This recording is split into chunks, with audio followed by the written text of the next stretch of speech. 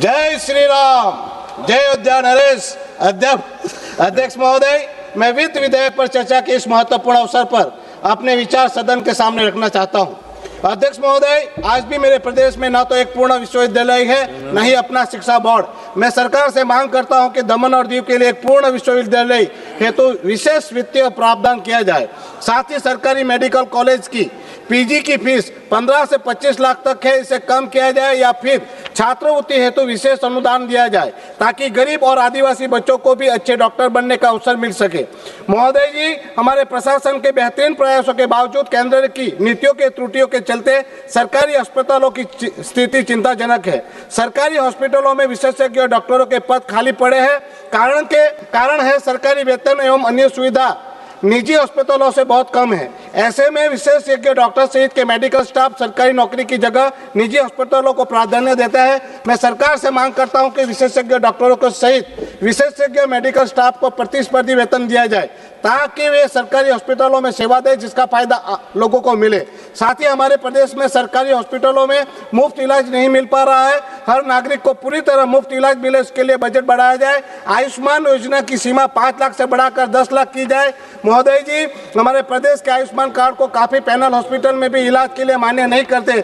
मैं सरकार से मांग करता हूं कि हर निजी अस्पतालों में आयुष्मान कार्ड से हर व्यक्ति का हर प्रकार का इलाज अनिवार्य किया जाए और जो इस योजना में इलाज के लिए मना करे उसका लाइसेंस रद्द किया जाए। जब सरकार इलाज के लिए पैसा दे ही रही है तो निजी हॉस्पिटलों में भी गरीबों को भी इलाज का लाभ मिले।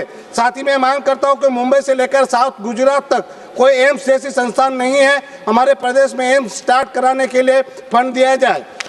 अध्यक्ष महोदय, दमन और दीव हर वर्ष पानी की भारी किल्लत रहती है। मैं मांग करता हूं कि मोटी दमन के पर्यायी क्षेत्र में चेक डैम निर्माण हेतु एवं दीव के लिए अलग व्यवस्था के लिए विशेष फंड दिया जाए।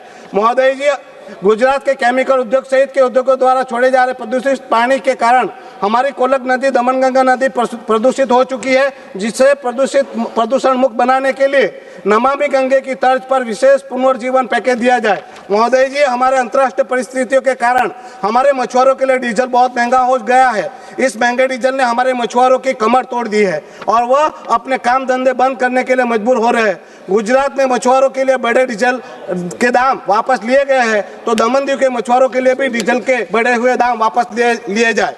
अभी मछुआरों के लिए एक ट्रिप के लिए केवल 5 बैरल डीजल की सीमा तय की है, वो अन्यायपूर्ण है क्योंकि एक ट्रिप के लिए कम से कम 12 से 15 बैरल की जरूरत होती है।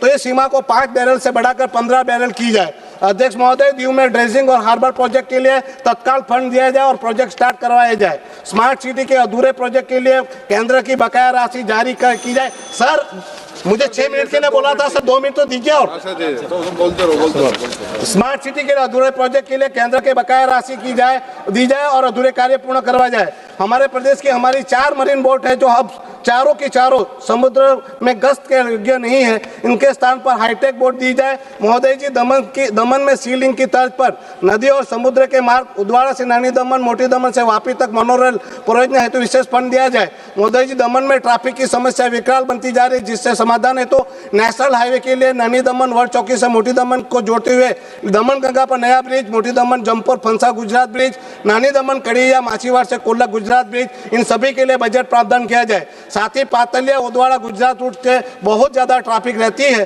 क्योंकि 144 करोड़ के अंदाजित लागत से दाभेल वापी गुजरात का ओवरब्रिज जो 2 साल में पूरा होना था, लेकिन 4 साल बाद भी काम मात्र से शुरू हुआ है। मैं मांग करता हूं कि अतिरिक्त फंड देकर इसे शीघ्र पूरा किया जाए। महोदय जी, दमन और दीव के बीच में 750 किलोमीटर की दूरी है। लोगों को आने जाने में रात्रि विश्राम के लिए समस्या होती है। मैं मांग करता हूं दीव में दमन भवन और दमन में दीव भवन या इंटरनेशनल यूथ हॉस्टल बनाए जाए, जिसमें सस्ते दर में कमरे हमारे लोगों को मिले। साथ ही हमारे युवाओं के लिए अंतर्राष्ट्रीय स्तर के खेल मैदान, कोचिंग, हॉस्टल सुविधा, इसके लिए विशेष खेल इंफ्रास्ट्रक्चर दिया जाए। महोदय जी, क्लस्टर छोटे होने के बहाना बताकर बीमा कंपनियां इंटरेस्ट नहीं लेती, जिसके चलते हमारे यहाँ किसानों के लिए फसल बीमा तक सही तरीके से लागू नहीं हो पा रहे। मैं मांग करता हूँ कि दमन और दीव के किसानों को फसल बीमा का पूर्ण लाभ सुनिश्चित किया जाए। महोदय जी, सरकारी विभागों में नियमित भर्ती नहीं हो रही है, कॉन्ट्रैक्ट प्रथा, आउटसोर्सिंग, कम वेतन पर शोषण हो रहा है। ये प्रथा बंद होना चाहिए। आंगनवाड़ी बहनों को कम से कम न्यूनतम वेतन दिया जाए। सरकारी कर्मचारियों को फिक्स वेतन और पेंशन मिले।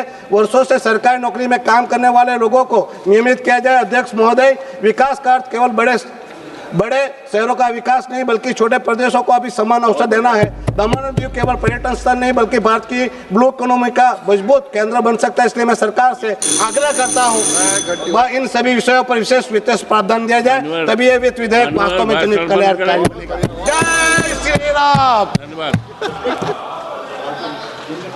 माननीय रामनाथ मेहंदी जी